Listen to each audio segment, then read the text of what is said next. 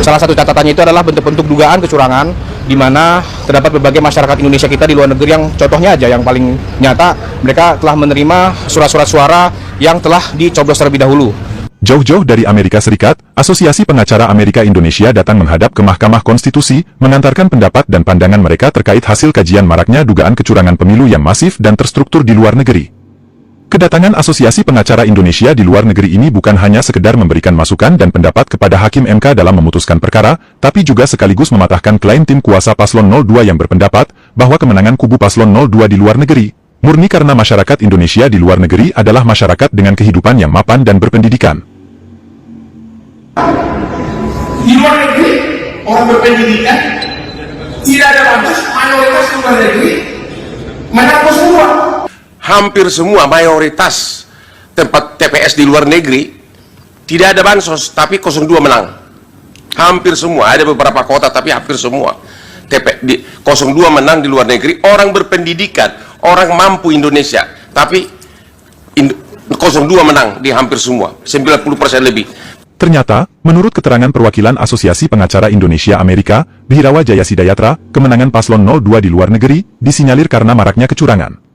Media, wartawan, jurnalis yang saya hormati, sebelumnya dalam kesempatan hari ini, saya Bihirawa Jayasidayatra Arifi sebagai perwakilan dari IALA, Indonesian American Lawyers Association, suatu asosiasi yang beranggotakan pengacara, advokat, dan juga attorneys ya, kuasa hukum, konsultan hukum di Amerika Serikat, yang berisi dari masyarakat Indonesia sebagai advokat di Amerika Serikat. Dalam kesempatan hari ini kami telah menyampaikan amicus curiae kami kepada Mahkamah Konstitusi terhadap proses PHPU nomor 1 dan juga nomor 2. Di sini kami menyampaikan amicus bukan suatu hal yang bersifatnya instan. Kami ini merupakan suatu hasil kajian kami yang telah diselenggarakan sejak beberapa bulan lalu. Lebih tepatnya sejak bulan Oktober, yang dimana Oktober tahun 2023, di mana kami telah menyelenggarakan, IALA telah menyelenggarakan berbagai macam diskusi ilmiah, akademik, secara online ya, webinar, dan juga secara offline, dengan mengumpulkan berbagai macam narasumber yang kompeten dan ahli di bidangnya, serta juga kami telah menyampaikan surat kepada KPU pada bulan Januari tahun 2024 ini, yang dimana surat tersebut menyampaikan beberapa hasil kajian dari IALA terhadap proses penyelenggaraan pemilu yang berlangsung di luar negeri.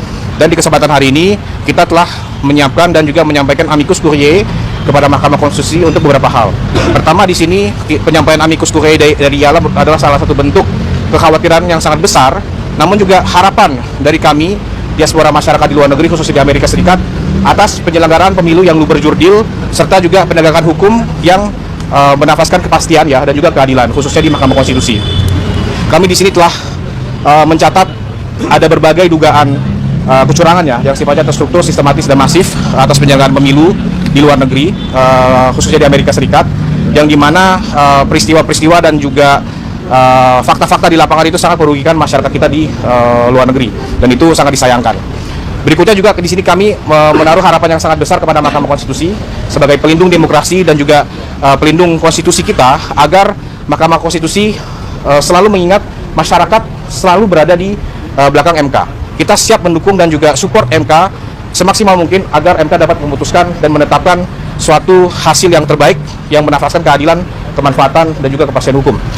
Yang membuat amicus curiae ini istimewa dan berbeda dari amicus-amicus sebelumnya yang telah disampaikan kepada MK adalah amicus ini telah disusun dan dipersiapkan dan dikirim dari jarak 16.000 km dari MK, di mana amicus ini telah dikirim dari Amerika Serikat, dari New York, dan tiba di Jakarta, dan pada kesempatan hari ini kami sampaikan dan kirimkan kepada Mahkamah Konstitusi.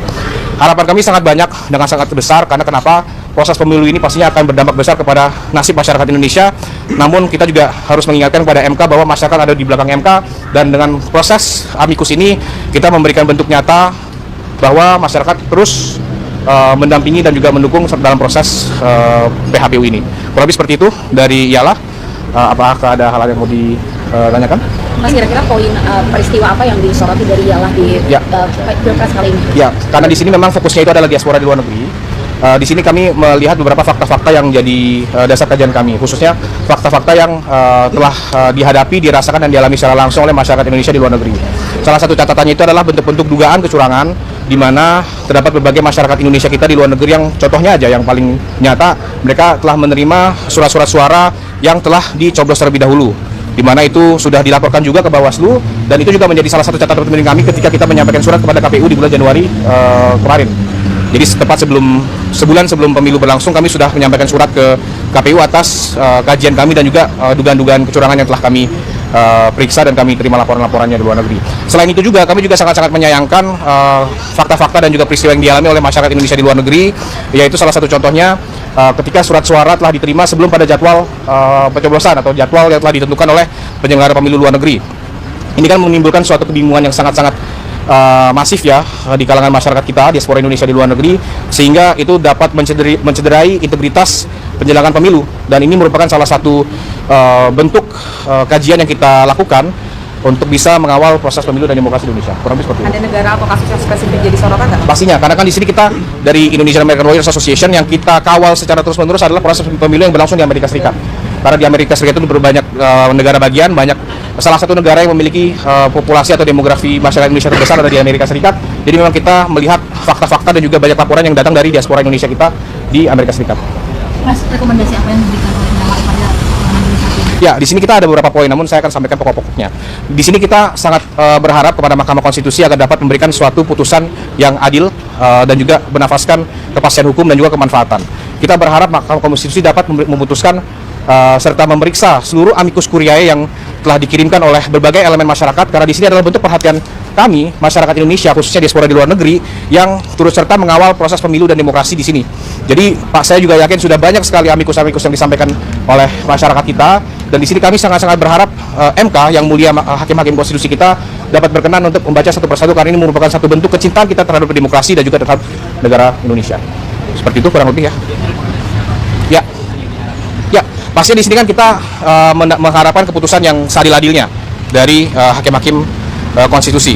Di sini kita hanya menyampaikan bahwa rekomendasi-rekomendasi dari amicus curiae yang disampaikan oleh IALA ini merupakan dari hasil kajian yang sudah kita lakukan terhadap kondisi yang kita hadapi di luar negeri.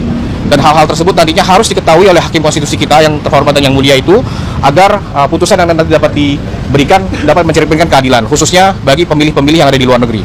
Jadi kita berharap di sini secara konkret agar Mahkamah Konstitusi dapat berkenan mempertimbangkan apa yang telah kami sampaikan dalam amicus ini, agar kedepannya seluruh segenap kepentingan masyarakat dan diaspora Indonesia di luar negeri, khususnya di Amerika Serikat, dapat dipertimbangkan dan juga dapat dipenuhi. Kurang lebih seperti itu. Singkatnya Mas berarti menerima gugatan 1 dan 2 untuk Ya, PSU dan pastinya di sini kami posisinya dalam sikap yang mendukung.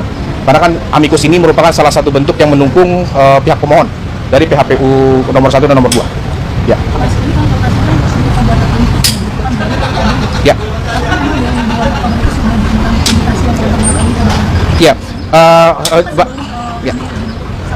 Ya. Bahkan kalau misalnya kita lihat beberapa laporan ya, ada dugaan-dugaan yang menunjukkan bahwa itu terjadi sebelum Oktober.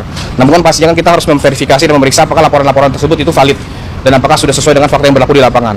Namun setelah kita kumpulkan sejak bulan Oktober, ke bulan November, bulan Desember, dan pada akhir bulan Januari kita sudah melakukan suatu kajian yang mendalam ya, berdasarkan landasan akademis dan fakta-fakta yang berlaku.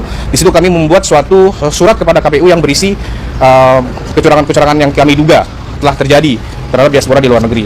Jadi di situ kita melihat kalau dari segi timelinenya sih nggak bisa dipastikan sejak kapan dimulainya.